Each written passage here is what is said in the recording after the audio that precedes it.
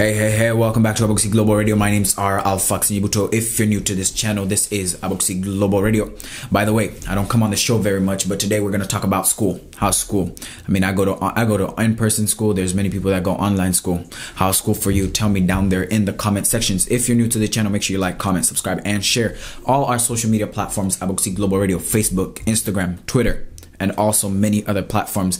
This is Aboxy Global Radio. Now, school, in person, online, how are you doing it? I'm doing it in person, and I can tell you for a fact that it's very different from the way it used to be. There were many people that the people that we used to see on a daily basis, our friends, our people that would call our family members, they're not in school right now. Now online, it's very different because whenever you're online, your teacher doesn't give you as much attention as the person that's in school. Sports wise, there are many people that do online but come to do their sports.